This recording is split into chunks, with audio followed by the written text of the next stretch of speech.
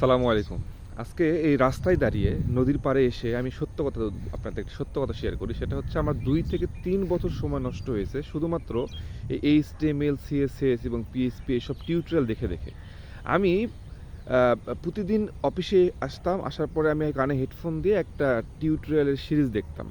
সেটা HTML, CSS হোক বা PHP হোক এরকম দেখতাম আর বাসায় ব্যাক করতাম।